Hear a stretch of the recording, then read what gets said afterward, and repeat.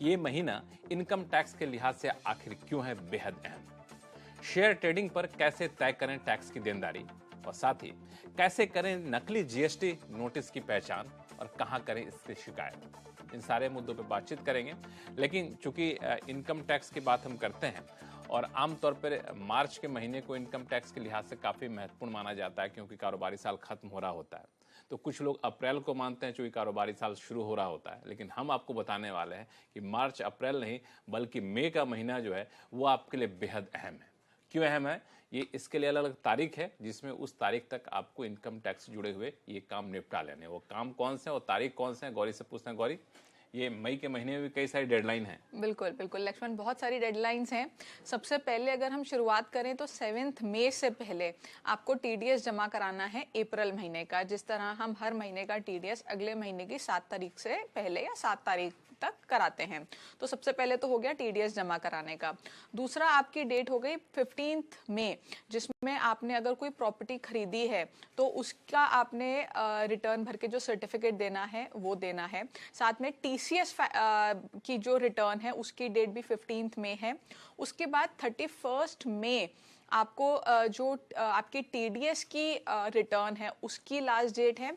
उसी के साथ साथ अगर कोई नॉन इंडिविजुअल रेजिडेंट है जिसका जो फाइनेंशियल ट्रांजैक्शंस हैं वो 2.5 लाख से ज़्यादा हैं साल में, तो उनको पैन लेना कंपलसरी है। ये कुछ साल पहले रूल आया था और उसकी डेट भी 31 मई रखी गई थी। तो ये कुछ ड्यू डेट्स हैं जो मई में आपको ध्यान रखनी है। छूटने पे ऑफ कोर्स भारी पेनल्टी लगेगी। बिल्कुल, छूटने में पेनल्टी लगेगी और कई बार आपको कंफ्यूजन होगा, क्योंकि हमारे शो में हर बार इस तरह कई सवाल आते हैं कि मैंने ये तारीख मिस कर दी, अब मुझे क्या करना होगा, मुझे इनकम टैक्स विभाग ने पेनल्टी लगा दी, उससे कैसे बचे, नोटिस आ गया तो उससे कैसे बचे। तो उस सारी चीज़ों से बचने का एक ही तरीका है, वो है ये तारीख जो इनकम टैक्स विभाग ने तय कर रखी है अलग अलग इनकम टैक्स की प्रक्रिया को निपटाने के लिए, जो गौरी ने आपको भी बताया। तो उन तारीखों का ख्याल रखें और इसको लेकर अगर आप अनुशासन रखते हुए इसका पालन करते हैं तो मुझे नहीं लगता है कोई तकनीकी दिक्कतें आने वाली दिनों में आने वाली हैं आपको। चलिए अब शुरू करते हैं सवाल जवाब का सिलसिला। सबसे पहले चलते हैं मुंबई, जहां से नितिन अग्रवाल जी हमारे साथ फोन लाइन पर जुड़ चुके हैं। नितिन जी नमस्कार। नमस्कार। कैसे हैं आप? अच्छे, बताएं टैक्स गुरु कैसे आपको मदद करे। और thank you so much sir. Tax गुरु से क्या हम लोग कुछ कर सकते हैं आपके लिए, बताएं। देखिए मैंने जो है हाँ करीब 9 साल पहले अच्छा टैक्स फ्री बॉन्ड्स आए थे हाँ जो गवर्नमेंट कंपनियों के थे, पावर फाइनेंस कॉर्पोरेशन या आरईसी। तो अभी मैंने जो है अप्रैल के अंदर वो बॉन्ड बेचे हैं। ठीक है। और मिनिमम बॉन्ड के बेचने पर 2 लाख रुपए का लॉन्ग टर्म कैपिटल गेन हुआ। 2 लाख रुपए का, ठीक है। और इस गेन पे कितना टैक्स मिलेगा इस फाइनेंशियल ईयर में बताया। ठीक है, गौरी हैं बताएंगे आप। 24 में। ठीक है गौरी। ठीक है, देखिए जो आपका टैक्स फ्री बॉन्ड है तो उस पे जो इंटरेस्ट आपका आया होगा वो तो आपका एग्जेम्प्ट होगा, उस पर आपने कोई टैक्स नहीं दिया होगा। अब आपको इसमें लॉन्ग टर्म कैपिटल गेन हुआ है 2 लाख रुपए का, तो इस पे आपको टैक्स देना होगा। ये आपका एक तरह से डेट की तरह ट्रीट होगा। तो इसमें आप जो डेट की कैलकुलेशन होती है उस हिसाब से कैलकुलेशन करके आप 20% का जो टैक्स है वो देंगे। तो 20% का आपको टैक्स देना होगा, डेट की तरह इसका कैलकुलेशन करेंगे। नितिन जी आपकी दुविधा दूर हो गई? हाँ, इसका मतलब it will be treated as a share only. ये डेट की तरह होगा, शेयर नहीं, इक्विटी नहीं, डेट की तरह ट्रीट होगा। अच्छा, डेट की तरह ट्रीटमेंट इसका दिया जाएगा, उसके आधार पर आपको जो है सो टैक्स का कैलकुलेशन होगा। क्लियर है अब? तो मुझे लगता है कि आपकी समस्या आप सुलझ गई है। फिर भी कोई दिक्कत हो तो आप मुझे बताइएगा। तो अगले कॉलर हैं दिल्ली से एन दास गुप्ता जी, जो कि हमारे साथ फोन लाइन पर जुड़ चुके हैं। दास गुप्ता जी नमस्कार। हाँ नमस्कार सर, बताएं कैसे हैं? सबसे पहले टैक्स गुरु टीम को मेरा श्रद्धापूर्ण नमस्कार और हमारे अर्जी को लेने के लिए बहुत बहुत धन्यवाद। नहीं, हमारी पूरी टीम की तरफ से आपको भी नमस्कार। और रखते हुए हम अपने प्रश्नों पे आते हैं सर।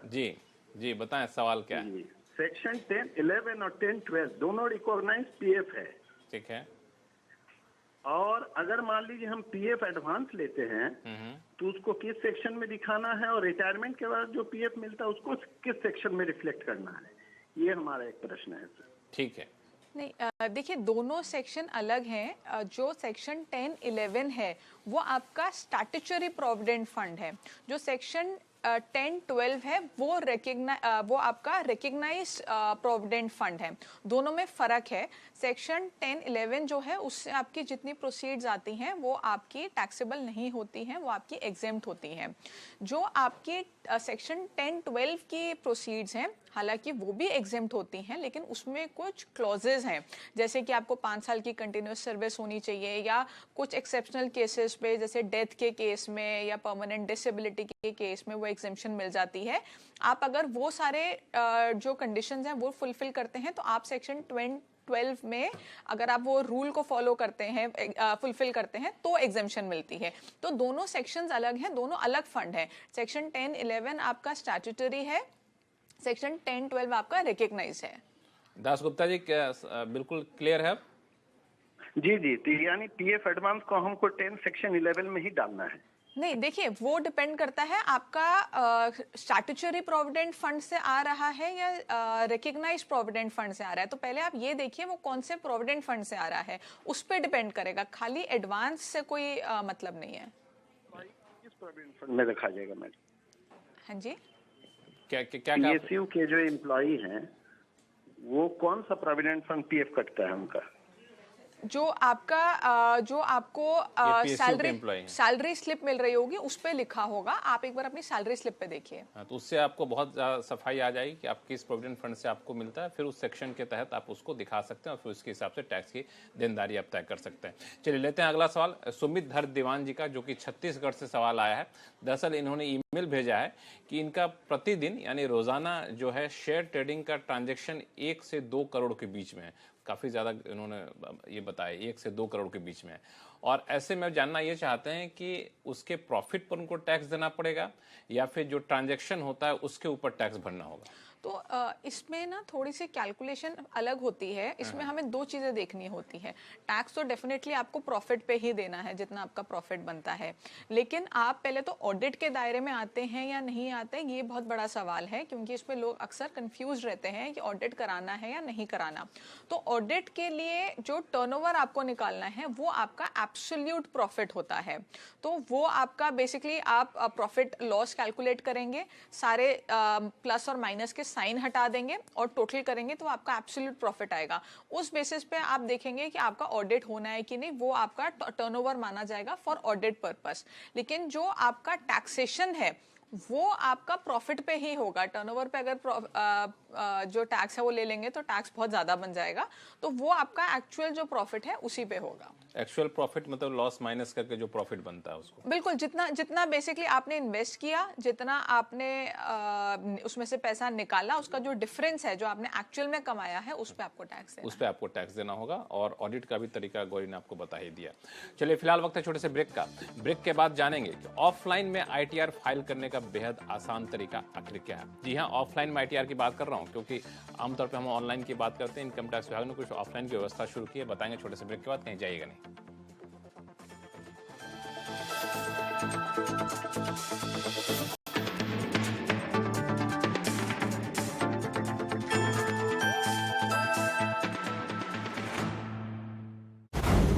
मार्केट के आखिरी 1.5 घंटे का सारा एक्शन आपका वापस 20 डे एक्सपोनेंशियल मूविंग एवरेज है और वो सपोर्ट का काम करेगा मार्केट के लिए।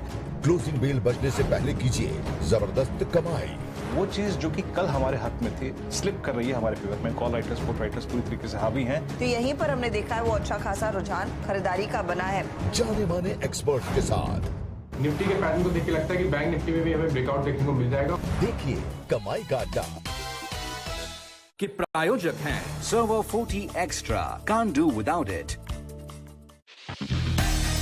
यहाँ शेयरों से जुड़े हर सवाल का मिलेगा जवाब। 26,555 में लिया था। 3700 रुपए पर शेयर का लॉस है इनको। स्टॉप लॉस 21,700 का लगा के इसे होल्ड करें। FNO में क्या पोजीशन लें, होल्ड करें या बेच दें। बेसिक चार्ट स्ट्रक्चर पॉजिटिव है, 1360 दिया सकता है, होल्ड कीजिए। स्टॉक्स से जुड़े आपके हर कंफ्यूजन का वन स्टॉप सॉल्यूशन। इनको C40 के स्टॉप लॉस की सलाह दूंगा। देखिए ट्रेडर्स हॉटलाइन सिर्फ CNBC आवाज पर। Co-powered by Canara Bank. Together we can. एक आवाज जो कभी दबती नहीं, ये वो चैनल नहीं है जहाँ पे शोर मचा के आप डिबेट करें। एक आवाज जो सामने लाती है असली मुद्दे। भगवान राम और रामचरित मानस पे इस तरीके की टिप्पणियां राजनीति से प्रेरित हैं क्या? एक आवाज जो सिर्फ देश को रखे आगे। क्या बिहार में अब 2024 का चुनाव मंडल और कमंडल के बीच में होगा? बहस के शोर से अलग देश की सबसे असरदार बहस। देखिए आवाज अड्डा।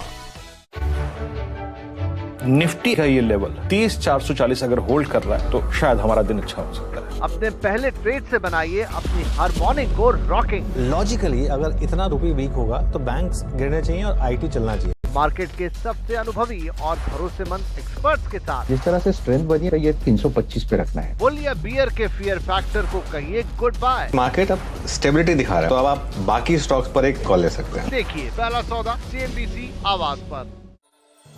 Co-powered by Canara Bank. Together we can.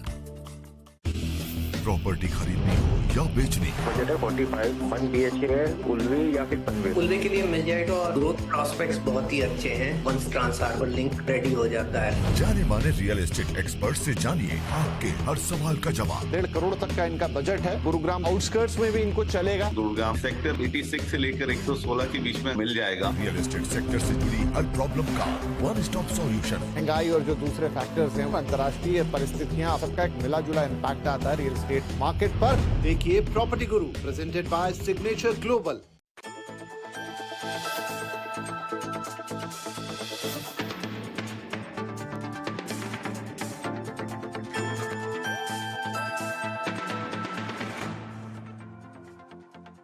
Break के बाद एक बार फिर से आपका स्वागत है। आप देख रहे हैं टैक्स गुरु और आपके सवालों का जवाब देने के लिए हमारे साथ हैं जानी मानी टैक्स एक्सपर्ट गौरी चड्ढा। गौरी, लोगों के सवाल ने उससे पहले एक मामला कि आमतौर पे हम लोग ऑनलाइन ITR फाइल करते हैं और कई बार लोगों को डर होता है कि ऑनलाइन फाइल करेंगे पता नहीं क्या गलती फाइल कर पाएँ। पहले तो ऑफलाइन हम लोग करते थे जाकर के इनकम टैक्स दफ्तरों में जाकर।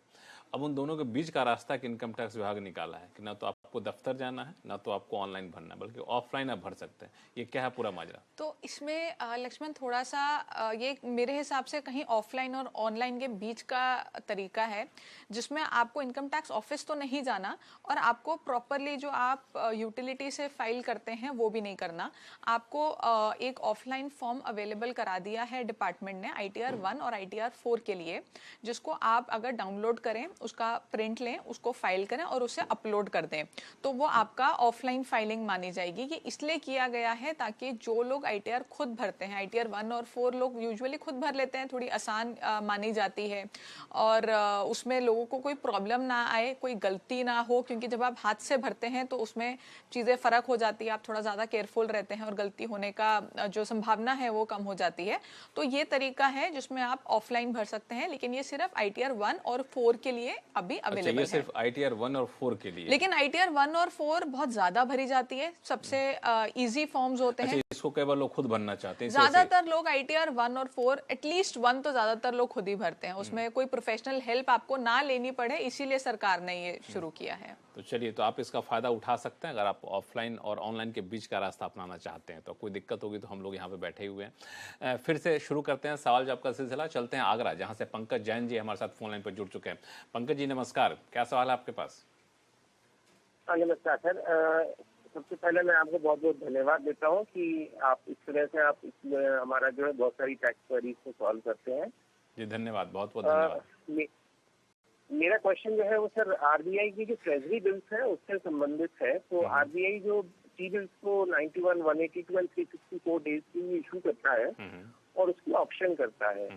तो सपोज 10,000 रुपीज का कोई टी बिल है जिसको 9,900 रुपीज में ऑप्शन करता है, तो जो 100 रुपए है वो डिफरेंस हमें RBI at the time of option हमें रिफंड कर देता है और मेच्योरिटी पर वो 10,000 रुपए पूरे के पूरे हमें मिल जाते हैं।